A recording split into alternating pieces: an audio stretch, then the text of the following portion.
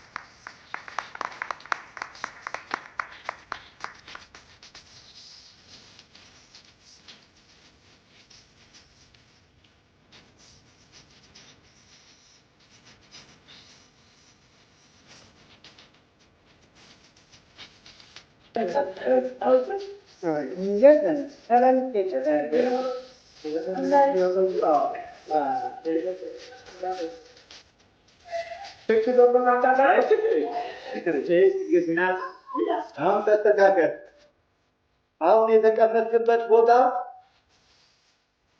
መሬት ላይ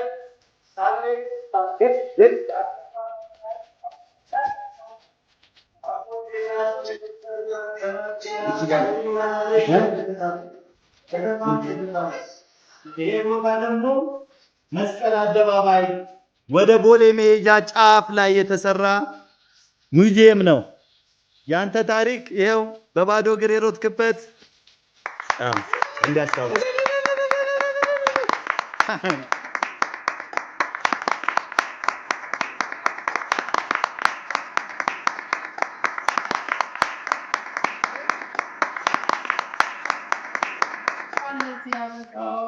መናገር የምትፈልገው መናገር ትችላለህ። ከዛ በፊት ግን ጋቢ ማልበስ እንፈልጋለን እያሉ ነው።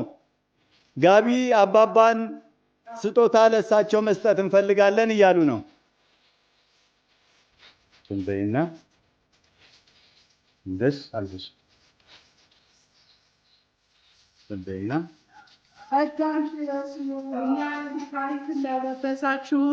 ለሀገራችን ባለውለቶች እንደሆናችሁ እኛም ይሄም ትውልድ ደግሞ የእናንተ ጸጋ ይደርበት። አባቴ ትንሽ እንደዚህ ጋር እንደሱ አድርጊ። አንድ እዛኛው ሳይድ ሆነልኝ። አባዬ እኛን ሀገርን እንዳስጠራችሁ ጸጋን ልበሱ ብለው ነው ይሄንን ጋቢ የሰጡ። በረከታችሁም ደግሞ በእኛ ይደር። በረከታችሁም በእኛ ይደር። መርቁን። መናገር የምትፈልገው መናገር ትችላለህ። አሁን እግዚአብሔር ትልቅ ጸጋ ነው። ለእግዚአብሔር የሚያደርግ ውለታ ይሄ ስፖርት ከጀመርኩትን ለኢትዮጵያ በር ለአፍሪካ በር ክፍት ካደረግኩት ከመጀመሪያ ኦሎምፒክ ተሳታፊነት የጦር ኃይሎች በስተቀር ራሱ 8ቱ ክፍለ ጦሮች ራሱ በ100 ሜትርና በ5000 ማራቶን እስከ 15 ኪሎ ሜትር የሚሉት ራሳችሁ ብቻ ነው።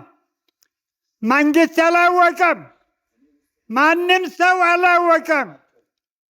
ኦሎምፒክ ለመሳተፍ 8ቱ ክፍለ ጦር ተመካክሮ ጃኖ አሮጌ አውሮፕላን ማረፊያ በላይ ሜዳ ላይ ዱካንና መቀመጫ ከቤት አምጥቶ እንዲመርቁ እንሳተፋለን። የሚመጣ ዓመት በ48 ተብሎ ጃኖ ከመጣ በፊት ማራቶን የሚሮጡት 16 ሰው ነው። ከ16ቱ ውስጥም የማይሞላ 5-7ም ይሮጣል። አሁን ተመካክሮ ጦር ኃይሎች ጠንካራ ነው፣ በአዲስ አበባ ውስጥ ያሉ በሙሉ መሮጥ ይችላሉ ብለው ወሰኑት። እስከ 50 ሰው ከዛ ከጃኖ ፊት አቃቂ ደርሰን ስንመለስ አራተኛ ሰው 4ኛ ክፍለ ጦር በታች ደርሷል። የኛ ከገባን አሁን የኔ ቀደም ብዬ በ5000 10,000 አንደኛ ስለሆንኩት ማራቶን ማውስ ሲመጣ ለእኔ ከጃኖ 3 ዋንጫ የመጀመሪያ ከበላይ የተቀበልኩት እኔ ነኝ። ሜዳሊያ 3 4ኛ የመጣ ሜዳሊያ አላገኘም። የፊተኛም ስለሆነ ዋንጫ ይሰጥ ተብሎ ካደረጉ በኋላ ከዛ ጀምሮ ዛሬ 72 ዓመት ከዛ ጀምሮ እስከ ዛሬ ሳላቋርጥ ጌታ ይህን ሰጠኝ። 109 ዓመት ነው ዛሬ። ይሄ ታሪክ በሩ የከፈትኩት ከተጀመረ ሄዶ ተወዳድሮ መጡ። ሌላስ 2ኛና 4ኛና 3ኛ ብቻ እኔ ካየሁኝ ወደ ሀገሬ ሲመለስ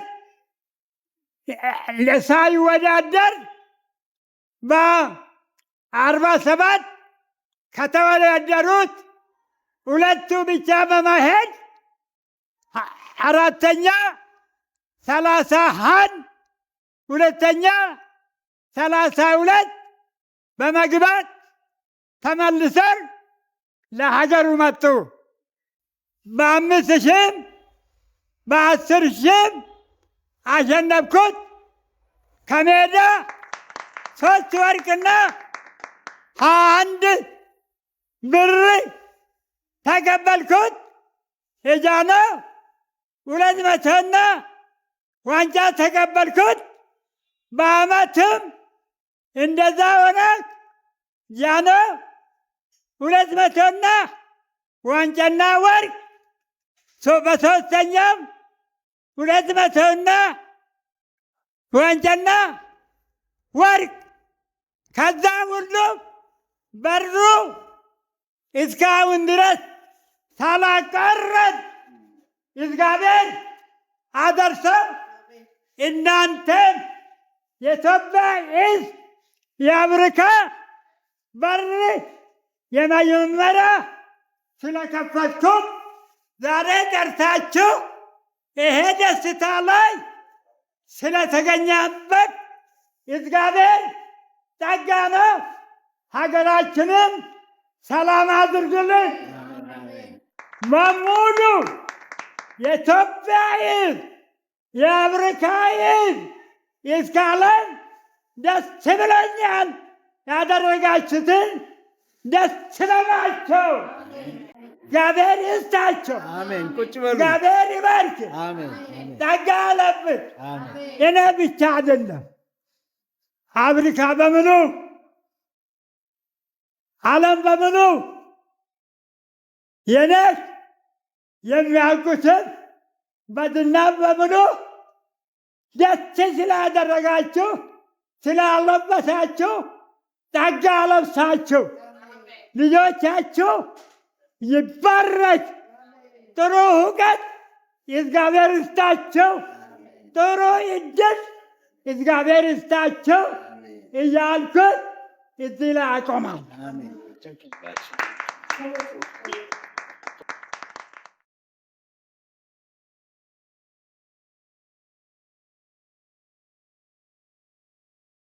በጣም የእሳቸው ታሪክ በጣም የሚገርም ነው። አውራል። በመጀመሪያ እንደው ስለተሰጠኝ እድል በጣም የዓለም መድኃኒት የሆነውን ኢየሱስ ክርስቶስን ማመስገን እፈልጋለሁ። ለምን በ85 ዓመቱ እሱ ሊሞት ባለበት ሰዓት ላይ እኔ በቃ ተስፋ ቆርጬ እንትን ብዬ ነበረ። ድምፄን ከፍ አድርጌ ጮኼ አልቅሼ ነበረ።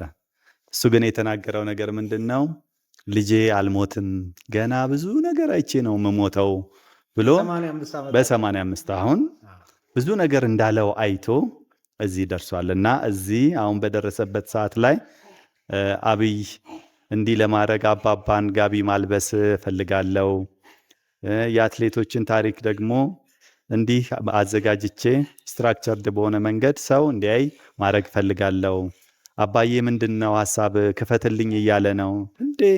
እግዚአብሔር እድሜ ሰጥቶኝ ለዚህ ካበቃኝ በደስታ ነው ልጄ ብሎ ለአብይ ይህንን መልስ ይሰጣል ማለት ነው። እኔም መጥቼ ይህንን ታሪክ ያዘጋጃችሁትን ሳይ የተሰማኝ ደስታ በጣም ልገልጸው ማልችለው ስሜት ነው። ለምን አባዬ ከ1945 ዓመተ ምህረት ጀምሮ እስከ 53 ድረስ በባዶ እግር ነበር ይሮጥ የነበረው። አባዬ ብቻ አይደለም፣ ሌሎች አንጋፋ አትሌቶች በዛ ጊዜ የነበሩ አሉ። ሚስማር እንትን እያለው የጠርሙስ እየቆረጠው በእንደዚህ አይነት ሁኔታ ውስጥ ሆኖ ጥንካሬውን ሲገልጽልኝ ለማመን የሚከብድ ነው። ግን በእርግጥ ደግሞ ሕያው ሆኖ ሰዎች የሚመሰክሩት ነው። እና ይሄ መስቀል አደባባይ ለአባዬ ትዝታ አለው። በባዶ እግር የሮጠበት ነው። ብዙ ታሪክ ያየበት ነው። እሱ ከዛ ጊዜ ጀምሮ እስካሁን ድረስ በአትሌቲክስ ውስጥ አለ። ዋሚ ደማን who keeps running for almost 72 years። አሁን እንደዚህ አይነት በዓለም ላይ ያለ ወይ በአትሌቲክስ በሩጫ ውስጥ ያለ? በእርግጠኝነት የለም። ዛሬ በዚህ እድሜው ፑሻፕ ይሰራል፣ ይንቀሳቀሳል፣ ሲታፕ ይሰራል። አፔን ዳውን ከሌለው ስትሬት ከሆነ መንገዱ ያንን መሮጥ ይችላል። ማየት ስለማይችል የግድ እኔ ሰፖርት ማድረግ አለብኝ። ከዛ ውጭ ምንም የጤና ችግር የለበትም። እና ስፖርት ራስን ከብዙ ሊጎዳን ከሚችል ነገር ጠብቆ ራስንም አገርንም ማገልገል እንደሚያስችል የአባዬ ጥሩ ሞዴል ነው ብዬ አስባለሁ። እናንተም የአባዬን በአትሌቲክሱ ያበረከተውን አስተዋጽኦ አሁን ጀግናው አትሌት አበበ ቢቂላ ጀምሮ ከዛም በፊት ያሉትን ያሰለጠነ ነው። ማሞ ወልዴንም ያሰለጠነ ነው። ኢቭን ምሩጽ ይፍጠርንም ደግሞ ሞስኮ ለመሄድ ባሉበት ሰዓት ላይ ማሰልጠንም ብቻ ሳይሆን ወጌሻም ነበረ። የሚቀርበትም ሚንስ ተፈጥሮ ነበረ። ግን እሱ ቅርበት ስላለው የሚገባበትንም ሰዓት ስለሚያቅ ከተወሰነ በኋላ እንዳይሄድ ሲታወቅ ለሚመለከተው የበላይ አካል ሄዶ ይሄ ልጅ ጥሩ ውጤት ነው ያለው፣ ሰዓቱም እንዲህ ነው፣ እንዳይሄድ ግን ተወስኗል ብሎ ለኃላፊዎቹ ተናግሮ ነው ምሩጽ እንዲሄድ የተደረገው። እዛ ባረፍንበት የደራርቱ ሆቴል የኛ ሩምና የደራርቱ የምሩጽ ይፍጠር ሩም ጎን ለጎን ነበርና ጠዋት ስፖርቱን ሰርቶ አባዬ ሻወሩን ወስዶ ጸሎቱን አድርጎ ጨርሶ ስንወጣ ምሩጽ ደግሞ ሲወጣ ተገናኘን እና ሰላም ባሻዬ ብሎ እንትን አለ። ማነህ አንተ? ምሩጽ ነኝ። እኔ ለአንተ የዋልኩትን ውለታ ትረሳለህ ምሩጽ ብሎ ጠየቀ። አልረሳም ባሻዬ። ከዛ በኋላ ነው የጠየቅኩት ምንድን ነው ለምሩጽ ያደረክለት ውለታ? ከዛ ተከልክሎ እንዳይሄድ ባለበት ሰዓት ላይ ያንን ተናገሬ ነው። ኢትዮጵያ የዛኔ በ5,000 በ10,000 ወርቅ ያገኘችበት እድል ሚስ ይደረግ ነበረ እና የሀገር ጉዳይ ነው የሚገዳቸው። ጀግኖች አትሌቶቻችን የሀገር ጉዳይ ነው የሚገዳቸው። ዛሬም ይሄው ተግባራዊ ሊሆን እንደሚችል አስባለሁ። ምክንያቱም ብዙ አስተማሪ ናቸው፣ የታሪክ ማጣቀሻ ናቸው እና እንዲህ አሁን ፊት ለፊት ላይ የደራርትዬንም የኃይሌንም የገዛኸኝንም የሚሊዮንንም የብርሃኔንም ሌሎቹንም ስናይ እነሱ ብቻ አይደሉም። ከነሱ ጋር አብረው ያሉ አትሌቶችም ቆጥረን ማንጨርሳቸው ብዙ አትሌቶች አሉ። ውለታቸው አንረሳውም። የሰሩት መልካም ስራ በየጊዜው ሊወሳ ይገባል። አሁን ላለው ጀነሬሽን ምሳሌ ናቸው። የነሱ ታሪክ ሌላውን ተተኪውን ኢንስፓየር ያደርጋል እና እኔም እናንተ ጋር መጥቼ አባዬ ይህንን እንዲከፍት ማድረጋችሁ በጣም እግዚአብሔርን የማመሰግንበት ነው። ለሱ ደስታ መፈጠር ደግሞ የበለጠ ያስደስተኛል። ባይኖሩም ሌሎች ታላላቅ አትሌቶች እነ ጀግናው አትሌት አበበ ቢቂላ ባይኖርም፣ ምሩጽ ይፍጠር ባይኖር፣ ማሞ ወልዴ ባይኖርም እሱ በህይወት ኖሮ ይህንን ማድረጉ የእነሱንም ደስታ እሱ እንትን ሊለው ይችላል ብዬ አስባለሁ። ሲያስብ እሱ ብዙ ጊዜ የሌሉትንም ያስባል። የሌሉትንም እነሱ ባይኖሩም እኔ ያለው ያንን አይቻለሁ፣ ሌላው ሰው እንዲያውቀው እንደዛ ነው የሚያደርገውና ትልቅ ነገር ነው የሰራችሁት። የሚያስመሰግናችሁ ነው። በርቱ። በቀሪ የህይወት ዘመናችሁ መከናወን ይሁንላችሁ ለማለት ፈልጋለሁ። አመሰግናለሁ። አንተ የእሳቸው ስንተኛ ልጅ ነህ? 10ኛ ልጅ ነኝ አባቴ። 10ኛ ነኝ። 11 ነን። 11 ነን። አንዱ በህይወት የለም ወንድማችን። 6 ወንድ 5 ሴት ነን። 10 አለን። ሁለቱ አንድ ወንድሜና አንድ እህቴ አሜሪካ ነው ያሉት። ጉክሳ ዋሚና ፀሐይ ዋሚ አሜሪካ ናቸው ያሉት። ሌሎቻችን እዚሁ ነን ያለነው። የመጀመሪያ ጥያቄ አትሌት ሱሱን በተመለከተ ልጠይቅህና ጋሽ ዋሚ ለማሟሟቅ ከአዲስ አበባ ደብረ ዘይት ነው የሚሮጡት አለ። ለማሟሟቅ ለትሬኒንግ እንደዛ ነው አለኝ እና ከአዲስ አበባ ደብረ ዘይት እንግዲህ በመኪና ራሱ ሩቅ ነው እና እውነት ነው ወይ ያን ያህል ርቀት ትሬኒንግ? አብዛኛውን ጊዜ ማለት እንግዲህ እድሜ አይመለስም። በእነሱ ጊዜ አሁን ያሉት የእድሎች ቢኖሩ ኖሮ ኢትዮጵያ በእርግጠኝነት በጣም ተአምር የሆነ ሂስትሪን ሪከርድ ማድረግ ይቻል ነበረ። የዛኔ እኛ ጋር አሁን ሜጀር ኦኒኒስካነን ሮም ኦሎምፒክ ከመሄዳቸው በፊት ኢትዮጵያ እንደዚህ 3 ወርቅ ታገኛለች ብለው ሲሉ በማን ሲሉ ቀዳማዊ ኃይለሥላሴ በሚስተር ዋሚ። ለምን እንደዚህ ልትል ቻልክ? እኔ ውጭ ሀገር ያሉ ጋር ግንኙነት ስላለኝ የሚገቡበትን ሰዓት አውቃለሁ፣ ዋሚ የሚገባበትን ሰዓት አውቃለሁ። ስለዚህ ሳይንቲፊክ ነው እነሱ ይዘው የመጡት አካሄድ። እኛ ጋር ደግሞ እንደዛ ባልነበረበት ሰዓት የሚሮጡ እንትኖች ናቸው። አሁን ደብረ ዘይት ሄዶ መምጣት እንደዚህ ለነሱ ኖርማል ነው። በቃ በተለይ ለአባዬ በልጅነቱ እረኛ ሆኖ ነው ያደገው። ከፍ ሲል ደግሞ ገበሬ ሆኖ ነው እንትን ያለው። ተራራን ሱሉልታ ነው እንትኑ በጣም ተራራ ቁልቁለትም ሜዳም ሁሉም ስላለ ከፈረስ ጋር ነው የሚወዳደረው። ፈረስ 4 ጋሻ ሜትር ነው እንትን የሚለኝ የሚፎካከረኝ። ከዛ በኋላ ከፈረስ ጋር ነው አልፎ ትሄዳል። ስለዚህ ሰውነቱ በስፖርት የዳበረ ነው። የሚበላው እና የሚጠጣው ኦርጋኒክ የሆነ ነገር ነው። ስለዚህ ፊዚካሊም በጣም አሁን እንዲህ የምታየው ቁመና በወጣትነቱ ደግሞ እንዴት ሊመስል እንደሚችል ፎቶዎች አሉ። በዛ ጊዜ የነበረው እንትን እና ለስራ ትልቅ ክብር አለው። አለቆቹን ያከብራል። ስራ ይወዳል። ከሁሉ በላይ ሀገሩን ይወዳል። ሀገሩን ይወዳል። ስለዚህ ለኢትዮጵያ ያለው እንትን አሁን ገና በኦሎምፒክ በእኔ እድሜ ካታጎሪ እሮጣለሁ የሚቀጥለው፣ ስለዚህ አንተ ግንኙነት ፍጠር እያለ እያስቸገረኝ ነው። ታላቁ ሩጫንም ለዳግማዊት ደውዬላት ይችላሉ ወይ ብላኝ ነው። እና እሷ ያው ፖዚቲቭ ናት፣ እንዲሳተፍ ፈልጋ ነበር። እኔ ሳስበው ማየት ስለማይችል ሰው ብዙ ከሆነ ሊጎዳ ይችላል ብዬ እንትን ብዬ ነው ሆልድ ያደረኩት እንጂ ዝግጁ ነበረ። እና ከስፖርት የሚለየኝ ሞት ነው የሚለው ጽናቱ ዲስማች ነው። እና የእሱ ጥንካሬ በሁሉ ነገር እኛም ጠንካራ እንድንሆን አስተማሪ ነው።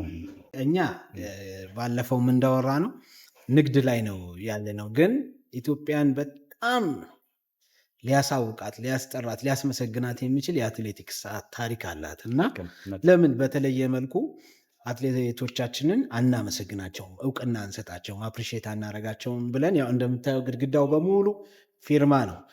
ቾኩ ደግሞ እንዳይጠፋ ሲል አድርገነዋል።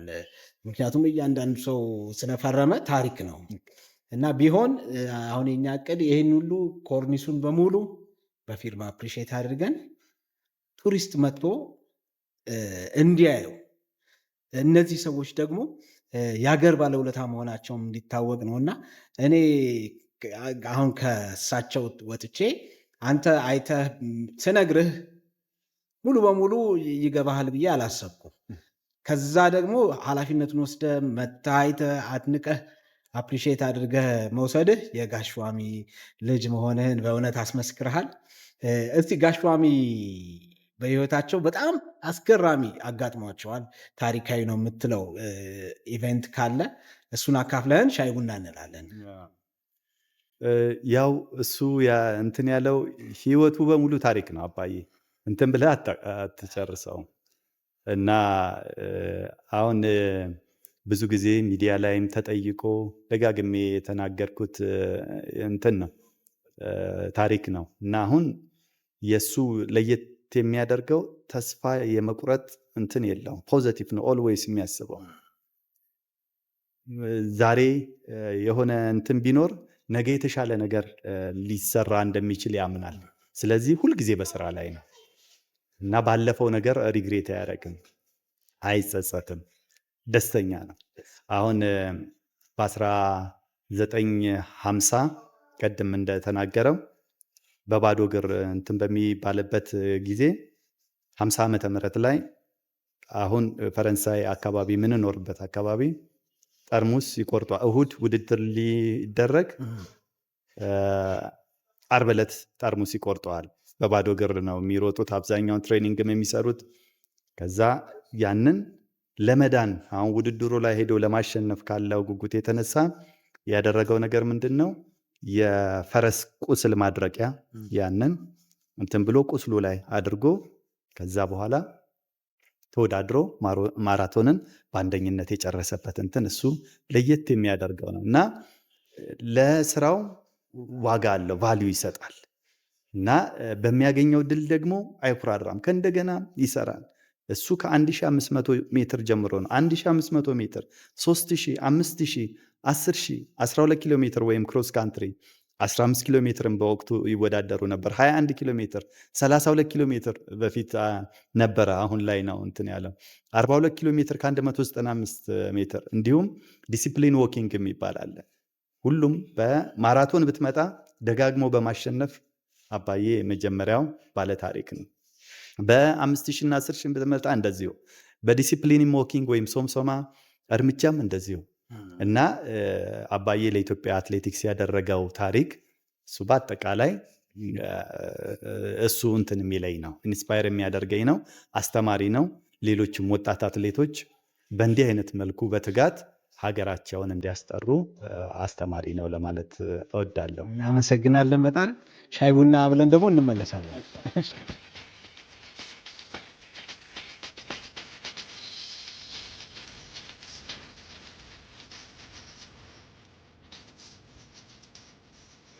እግዚአብሔር ይመስገን ተሳክቶልኛል። አትሊስት ሰው ዊዝ ዋሚ ብራድ ሲባል የሆነ ነገር አይኖረው። አሁን ዶክመንተሪ ፊልም ሰከንድ ቤስት የሚል ለመስራት የመጡት ከባርሴሎና ሂስትሪውን አይተው መጡ፣ ሰሩ። 11 ደቂቃ ዶክመንተሪ ነው። አሁን በሰከንድ ቤስት የሚለው እንትን ምንድን ነው? ልክ በሰከንድ ቤስት ብሎ የሚመጣው አትሌት አበበ ቢቂላ ልክ የቶኪዮ ኦሎምፒክን እንትን ማለት ፊኒሽንግ ላይን ላይ ያለውን እንትን በጥሶ ሲገባ ነው የሚያሳየው። ፈርስት አለ ማለት ነው። ስለዚህ የአባዬን ሂስትሪ ይጠርቃል ማለት ነው። እንደዛ ነው። አሁን ኤግዚቢሽኑን ባዘጋጀውበት ወቅት አንድ የፊንላንድ ሂስቶሪያን አየ። ያው ሊጎበኝ መጥቶ ነው። እሑድ ቀን ነው አስታውሳለሁ። አየ፣ ዶክመንተሪ ፊልሙን አየ፣ ያደረገውን ኮንትሪቢሽን አየ። ፋዘር ደግሞ ቁጭ ብሏል፣ ሜዳሊያውን አድርጎ ቁጭ ብሏል። ምንድን ነው አልገባኝም ማለት ነገርኩ። አልገባኝም በኋላ ሲያል ይሄ በዓለም ላይ ላርጅሊ ሊነገር የሚገባ ሂስትሪ አዋል። ከዛ መጥቼ ኢንተርቪው ላድርጋቸው ፕሊስ ትችላለህ አልኩት። 2 ሰዓት መጣ። የሄደው ስንት ሰዓት ነው? 10 ሰዓት። ትዕግስቱ ኖሮት ማለት ነው። እና ሄዶ በእነሱ ሀገር ፊኒሽ ነው ቋንቋቸው፣ ራነርስ መጋዚን ላይ ያወጣው ማለት ነው ሂስትሪውን። እና አሁን ይህንን እንትን ያልኩ እኔ ያው ከልጅነት ጀምሮ በአትሌቲክስ ቤተሰብ ውስጥ ነው ያደግኩት። የማየው ህፃን ሆኜ ጦር ኃይሎች እንትን በሚባልበት ወቅት ባልደርስም ማዕከላዊ ምናምን ሲባል የስፖርት ቤተሰብ ይገኛል። አሁን እነ ቢኒያም ሩዝ የእሱ ታናሽ ወንድም ሲሮጡ አስታውሳለሁ። ሲሮጡ ትዝ ይለኛል። 1ኛ እና 3ኛ እንደወጡ አስታውሳለሁ በልጅነት አይምሮ። በእንደሱ አይነት መልኩ ስላደግኩኝ ያንን ለመስራት ውስጥ ራሱ ፈንቅሎ የሚመጣ አንተ ግን አሁን በአትሌቲክስ ውስጥ አይደለም እንዳለ አላውቅም እና እንዴት ልታስበው ቻለ? ለእኔ አሁን በጣም እንትን የሚል ነው። ሰዎች እንትን እንዲሉ ታስባለህ፣ ግን ያስባሉ ብለህ የምታስበው በአትሌቲክሱ ኤሪያ ላይ ያሉ ናቸው ወይም ጋዜጠኞች ናቸው እንደዛ ብለን። አንተ ከዛ ውጭ ሆነ ምን አነሳሳህ ለማለት ነው። ቆንጆ ነው።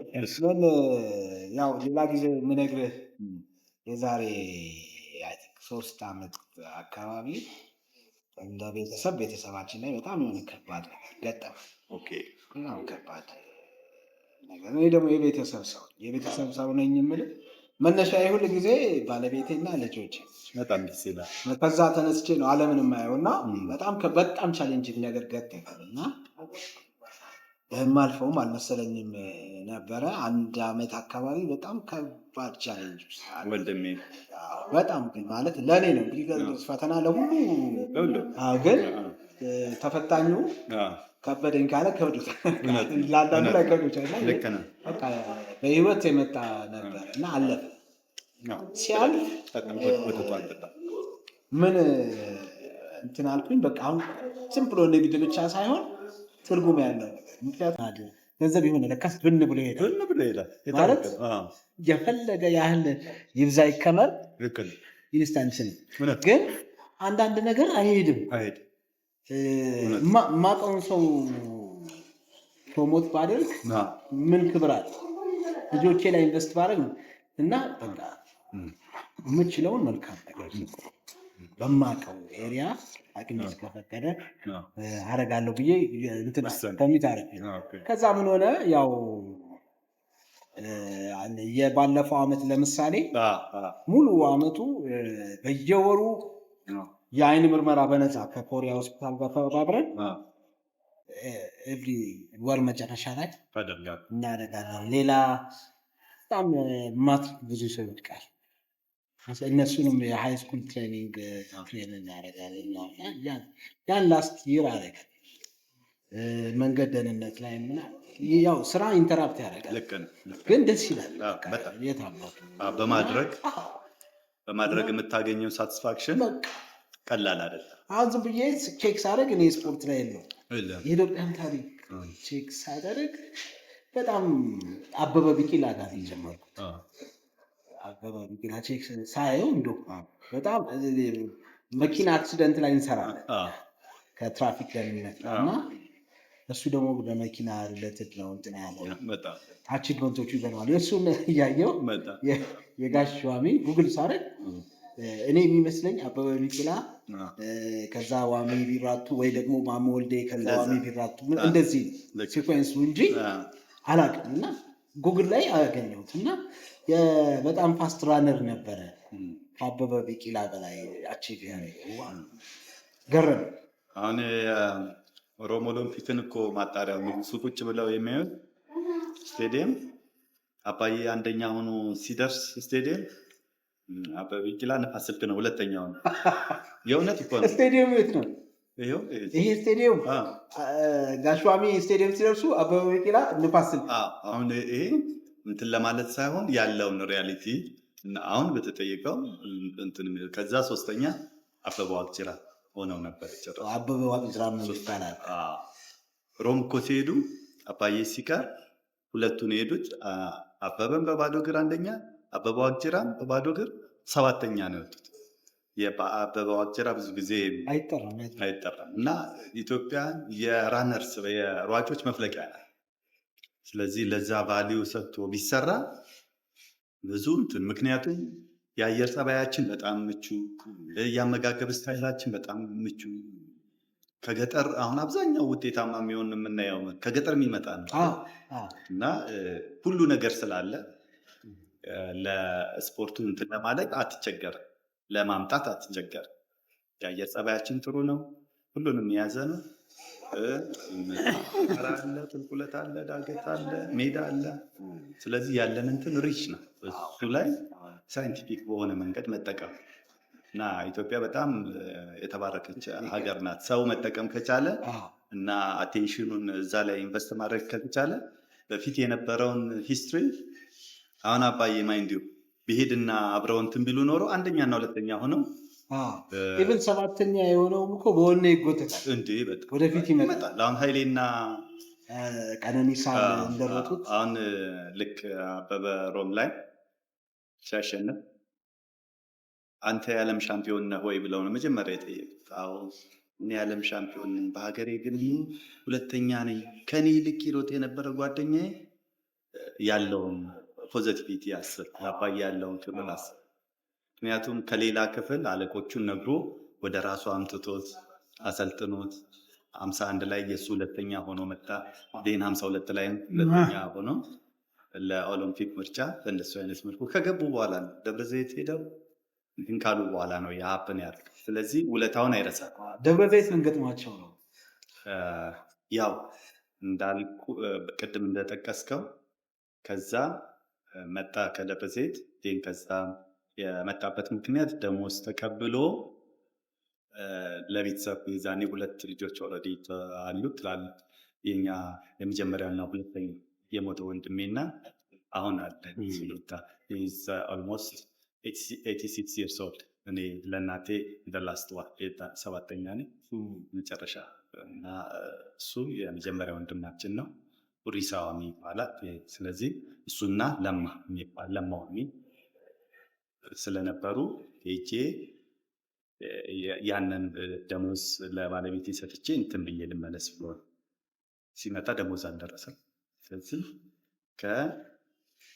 ከፈረንሳይ ተነስቶ እስከ አየር ኃይል ካምፕ ደብረ ዘይት የፈጀበት ሰዓት 2 ሰዓት ከ45 ደቂቃ ማንም ተፎካካሪ ሳይኖር ዘና ብሎ እየሮጠ ማለት የፈጀበት ሰዓት ደሞዝ ለመውሰድ መጣ። ሲያጣ በቃ እየሮጠ ነው የተመለሰው። ሳዛ በቆየበት ሰዓት ነው ሀፕን ያደረገው። 19 ቦታ ድጉንጅ ወጣበት። ከዛ ያንን ሮሞሎ ሚስ አደረገ ማለት ነው። እዛ አበበ ያንን ዊትነስ ከሰጠ በኋላ ግን የጃፓን መንግስት ኢሚዲየትሊ ለቀዳማዊ ኃይለ ሥላሴ ደወለ። የዛንን ኢትዮጵያ አንደኛዋን ደብቃ ሁለተኛዋን ላከች ብለው እንትን አደረጉ። ከዛ በኋላ ጥሪ ተደረገለት ማለት ነው። አብረው ከአበበ ጋር ሄዱ። ሲሄዱ አሁን 52 ላይ ነው አይደለ ሮም። በዛው አመት 52 ላይ ሆኖ ኦልሞስት በቃ 53 ገብቷል። በዛው ዓመተ ምህረት ነው ጃፓን ጥሪ የተደረገ የመጀመሪያ ዓለም አቀፍ ኢንተርናሽናል ውድድር እንትን የተጠሩት። ስለዚህ እዛ ላይ አሁን ሲሮጥ የምታየው እዚች ላይ ትንሽ አንዳንዴ በእንትን ይገባል ሰብ ይሄ የምታየው ፎቶ ኦኬ በ53 ዓመተ ምህረት ጃፓን ኦኬ ጃፓን ነው እና ይሄ ማለት ነው። ኦኬ አሁን እዚህ ውድድር ላይ እስከ 41 ኪሎ ሜትር ድረስ ፔሱን ይመራ የነበረው አባዬ ነው። በጣም ሞቃት ነው ሲዝኑ ለመሮጥ። አሁን አትሌቶቻችን እንደሚቸገሩት ማለት ነው። የአስፋልቱ ግለት ውሃ ያፈላል ሲገልጸው ፊት ይላል በጣም ስለዚህ 41 ላይ ሲደርስ የውስጥ እግሩ እንትን ነፍሮ ማለት ነው ብሊድ ማድረግ ሲጀምር በተወሰነ ርቀት አበበ ይከተለው ስለነበር ዞር ብሎ ሲያይ እሱ ነው የሚከተለው እንትን አለ ጥሩ ሁኔታ ላይ አይደለም። ስለዚህ ለፍ አለ እና በዛ ሰዓት ላይ ልክ እቺኛዋ እንትን ትገለበጣለች ማለት ነው። ሲገቡ እንደዚህ ነው የገቡ። ያኛው እንትን ይላል አበበ ይቀድማል። ከዛ እዚህ ላይ እንደምታየው እንደዚህ ነው የገቡት። አሁን እዚህ ጋር በእርግጥ እሱ ዊዝ ቤርፉት ነው።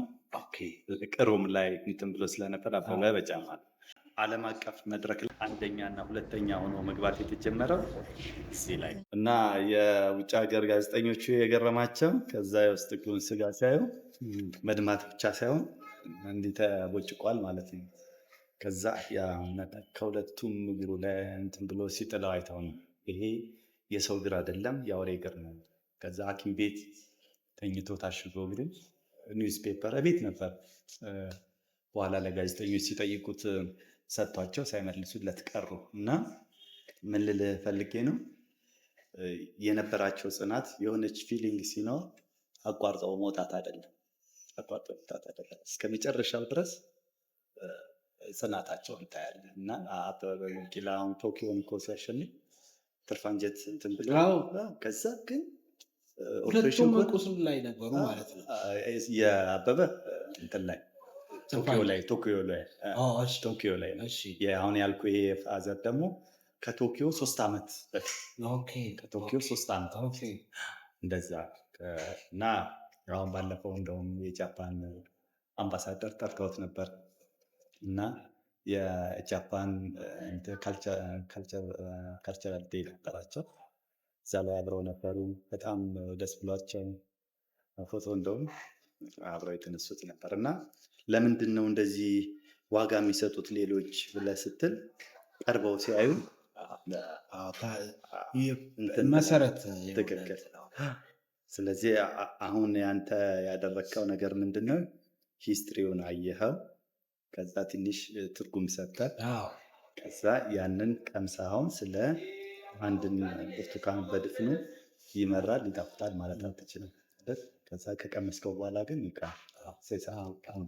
ይመራል ትላለህ እና የፋዘርን የተወሰነ ሰማኸው አየኸው የሆነ ነገር ብትል ደግሞ በህይወት መኖራቸውን ሳል ልክ በጣም 109 ዓመት ማለት በጣም ኢትዮጵያ ውስጥ የተለመደ እድሜ አለ። ጃፓን ምናምን ይኖራሉ። ልክ ነው። የነሱ በብዙ እንትን ተጠብቆ ሕክምናቸው የተለየ ነው። በእኛ አመጋገባቸው የተለየ ነው። በብዙ ጥንቃቄ በእኛ ሀገር ስትመጣ ግን አሉ እኮ በሁሉም ቦታ ብንሄድ አሉ። ከነሱ አሁን አንተ ያሰብካቸው እንዲህ እንትኖች አሁን ለአባዬ ትልቅ ደስታ ነው። የሚጸልየው ጸሎት አንዱ አሁን አንተን አይለይም በጸሎት አሁን እኮ በፊት እንትን ያሉ ሰዎችን ጠቅሼ ላመስግን እያለ እንትን የሚለው አንተ አሁን የሰጠኸውን ጋቢ ይሄንን ሲያይ 10 ሰዎች ሰጠውኛል አይረሳ። ማማ እንደሰጠው አይረሳ። ምን እንትን ላይ እንደሰጠው አይረሳ። እና እንደሱ ነው። አሁን የፈለገውን እንትን እንዲያደርግ እድሉ ልስጠውና አባዬ አሁን እንትን ማለት ትችላለህ። ሀሳብን መግለጽ ትችላለህ። መመረቅ ትችላለህ። ቁጭ ብለህ ሳትነሳ ቁጭ ብዬ መናገር አልችልም። እግዚአብሔር ሙሉ ጤና ሰጠኛል። ምን ጎልበት ነው? ምንም ቁጭ ማለት ሞት ማለት ነው። አንተ እኮ የሰው ልጅ የሚንቀሳቀስ እረፍት አይባልም። ትልቅ እረፍት ሞት ብቻ ነው። ኃይለኛ ጎበዝ እግዚአብሔር ይስጣቸው። ዛሬ ያደራችሁት ደስ ብሎኛል። ጥሪ ያደረጋችሁ ሁሉም ደስ ብለዋል። እግዚአብሔር ይስጣችሁ እያልኩት እዚህ ላይ ንግግሬን አቆማለሁ። ጎሽ ደስ ይላል። እንትን አሁን የፉት ብሬካቸው እና እዛኛው ጋር ያረፉታል።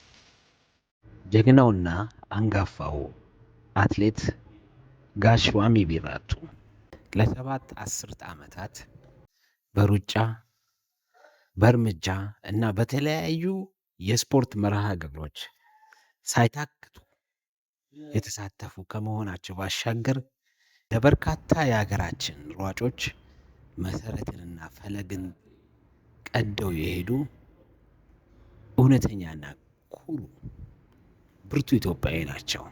በሩጫ ዘመናቸው ብዙዎችን ለታሪክ፣ ለማሸነፍ፣ ለድል፣ ለቆራጥነት የቀረጹ ከመሆናቸው ባሻገር በቀን ተቀን ኑሯቸው ለመላ ኢትዮጵያዊ እንዲሁም ለዓለማችን አጠቃላይ ማህበረሰብ አስተማሪ የሆነ ጠንካራ የሆነ የስፖርት ታሪክ ያላቸው፣ እኔን ከስፖርት የሚለየኝ ሞት ብቻ ነው በሚል መፈክራቸው የሚታወቁት አትሌት ዋሚ ቢራቱ በ109 ዓመታቸው አይናቸው ከማየት ደክሞ ጆሮአቸውን ለመስማት እየታገለ እንኳን ለመሮጥ፣ ለመዝለል እንዲሁም የተለያዩ የስፖርት እንቅስቃሴዎችን ለማድረግ የማይደክሙ የማይዝሉ መሆናቸውን እውነትም የተናገሩትን የኖሩ ያሰቡትን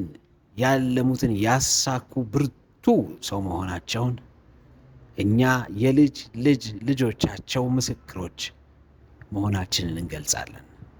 እሳቸውን እንግዳችን አድርገን በዎክ ኦፍ ፌም ላይ የመጀመሪያውን የእግራቸውን አሻራ እንዲያስቀምጡልን ስናደርግ ኖታ ቴክኖሎጂስ እንደ ቤተሰብ ከፍተኛ ክብር ይሰማዋል። የእሳቸውን የእግር ዳና ተከትለን እኛም ለትውልዳችን ከኛ ቀጥሎ ደግሞ ለሚመጣው ትውልድ ታሪክን መመዝገብና መዘከር ብቻ ሳይሆን ታሪክን መስራትን እንድናስተምር ይህን እድል ስለሰጡን ስለጎበኙን በመላው የኢትዮጵያ ሕዝብ እና በዓለም ዙሪያ ባሉ የአትሌቲክስና የሩጫ አድናቂዎች ወዳጆች በሙሉ ምስጋናችን የላቀ መሆኑን እኔ እና አጠቃላይ የኑታ ማህበረሰብ ይገልጻል። አብይ ነው እግርን እየሳመ ያለው አብይ ነው። አብይ ይህን መሳብ አይገባም። ይሄ መልበሰ ወደ መሬትና ሰማይና አይን በግንባር የምትሰማ የሆነው የምትነገር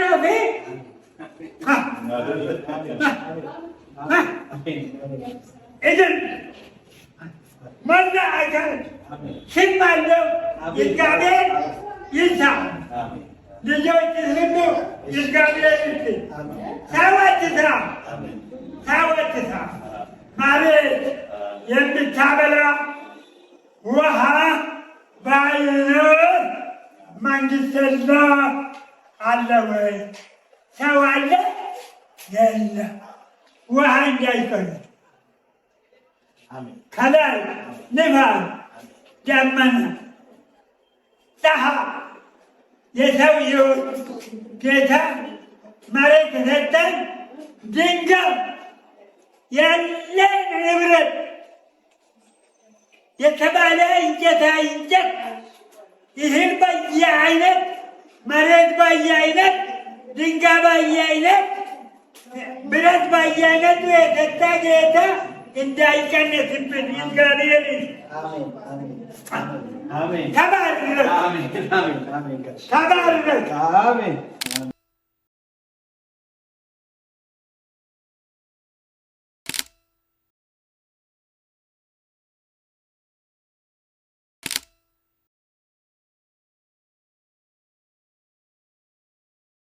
እንግዲህ ዛሬ በጣም ትልቅ የሆነ እድል በእውነት አግኝተን ጋሽ ዋሚን ቡና ጋብዘናቸዋል።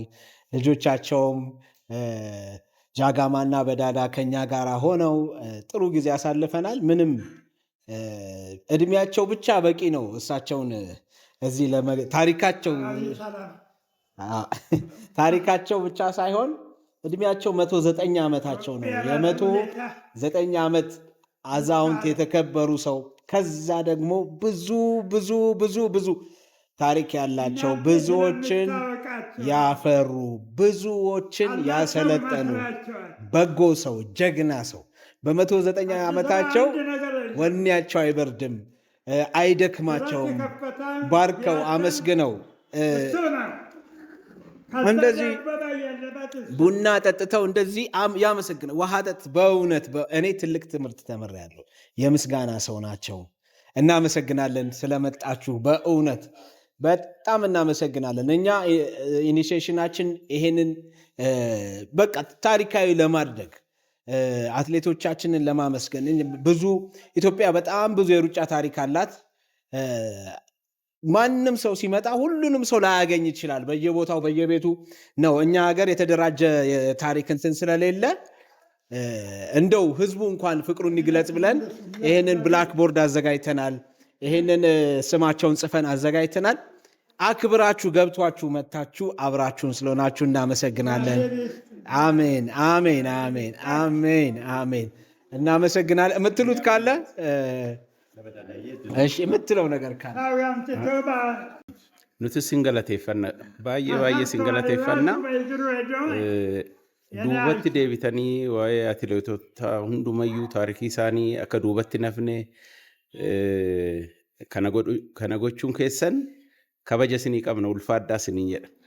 Umurii isinii haa kenna. Galatoomaa.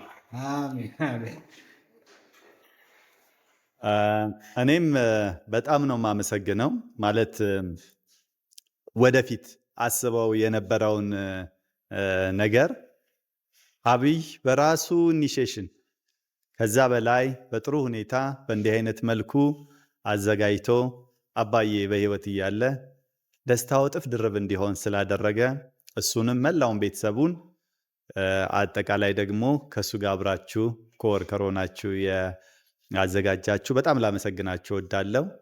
እንዲህ አይነቱ ተግባር ሌላውን ታላላቆችን የማመስገን ባህል ቢዳብር ሀገራችን የበለጠ ታድጋለች። በሁሉ አቅጣጫ በሁሉም መስክ እንዲህ አንጋፋ የሆኑት ሊመሰገኑ ይገባል። ከነሱ ህይወት የሚቀዳ ነገር በጣም ነው የሚያስተምረው። ሳይንቲፊክ የሆኑ ነገሮች መጀመሪያው ዲፕ ሩትድ የሆነው ነገር ቢቆፈርና ቢታይ የሚነሳው ከዛ ነው እና ያንን ነገር ማየት ችለናል። ከአብይ ባየነው ነገር በጣም ኢምፕረስድ ሆነናል፣ ደስ ብሎናል። አብረን በማሳለፋችን የበለጠ ደግሞ የአባታችን ደስታ አስደስቶናል። እንደ ቤተሰብ on behalf of my family በአባዬም ስም አጠቃላይ ላመሰግናችሁ እወዳለሁ። መልካም ጊዜ፣ መልካም የስራ ዘመን ይሁንላችሁ። ቴንኪው ለማለት እወዳለሁ። እግዚአብሔር ይባርካችሁ። ኖታ